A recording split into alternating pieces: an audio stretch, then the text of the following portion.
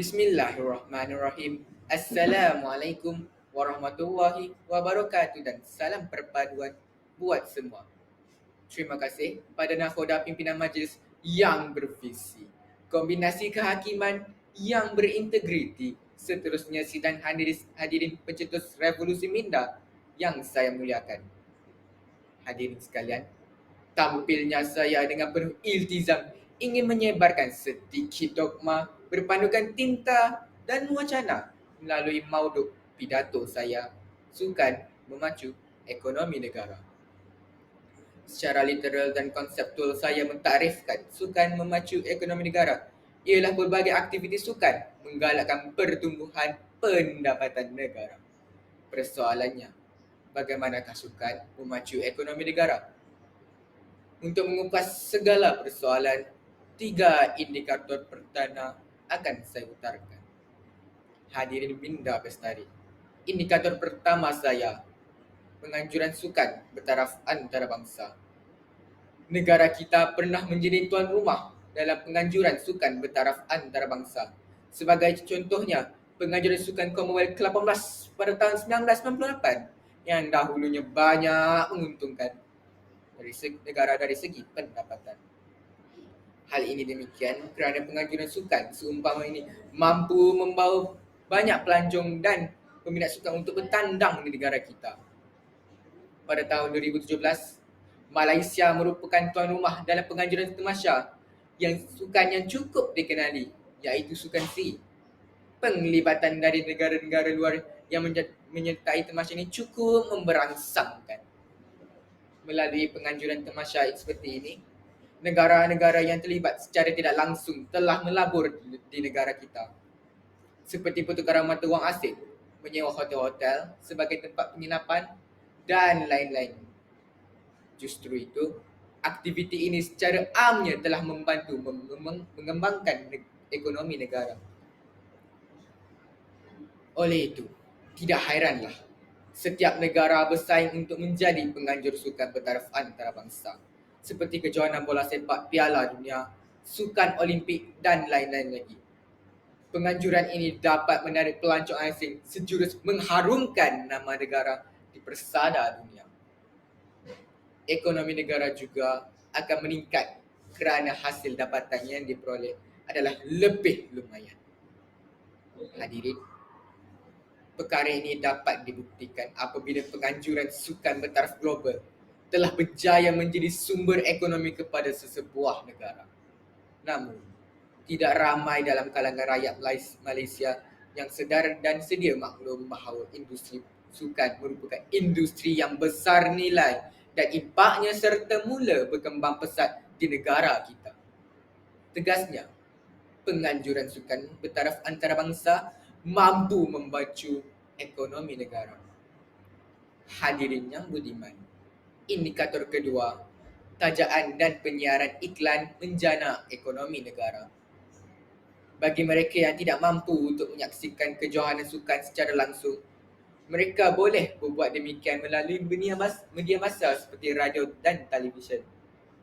Banyak siaran langsung telah dilakukan oleh negara-negara yang mengambil bahagian untuk melaporkan perkembangan kejohanan sukan kepada rakyat di negara masing-masing. Hal ini memerlukan kolaborasi syarikat pengiklanan seperti Maxis, Celcom, Adidas dan lain-lain lagi. Melalui penajaan, syarikat yang menaja sesebuah pasukan berpeluang untuk mempromosikan produk keluaran syarikat mereka.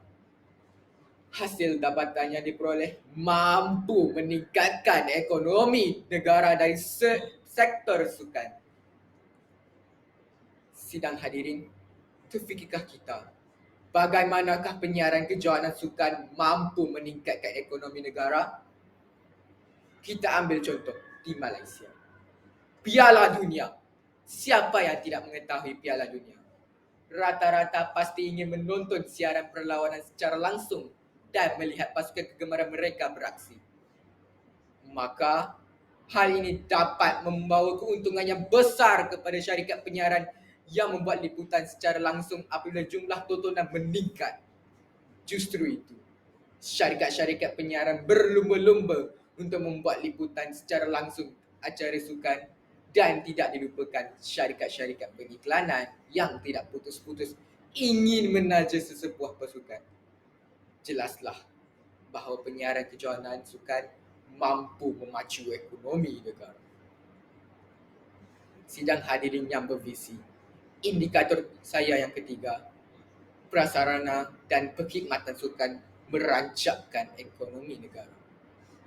Prasarana sukan seperti kolam renang, padang, golf dan gelanggang badminton misalnya dapat merancakkan ekonomi negara. Lantaran menyedari hakikat ini, pelbagai strategi telah dirangka, pelbagai usaha telah direncana demi memastikan rakyat Malaysia sentiasa mengunjungi pusat sukan di negara kita. Pihak kerajaan telah menetapkan harga sewaan yang murah dan berpatutan untuk menarik minat rakyat bagi mengunjungi kemudahan sukan di negara kita. Tujuannya untuk memperoleh pulangan dan dapatan hasil daripada penggunaan prasarana sukan. Dengan adanya pulangan daripada penggunaan kemudahan sukan ini, kita dapat menampung kos binaan prasarana.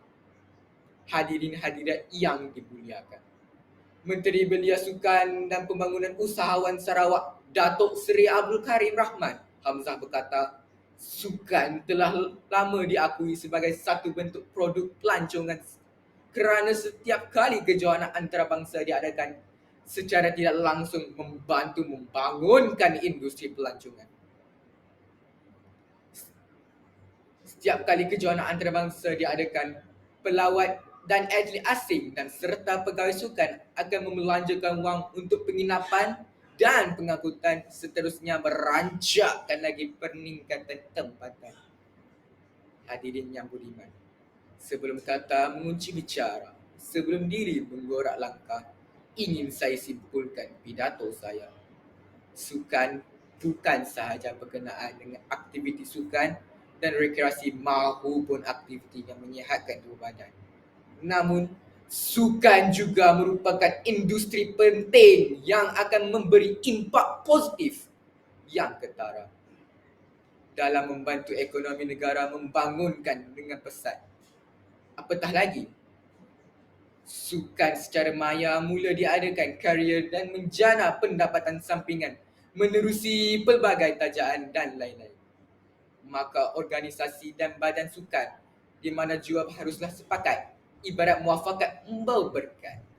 Kita mampu melakukan yang luar biasa untuk memastikan bakat yang ada tidak disia-siakan. Sekian, wabillahi taufik wal hidayah. Wassalamualaikum warahmatullahi wabarakatuh. Terima kasih.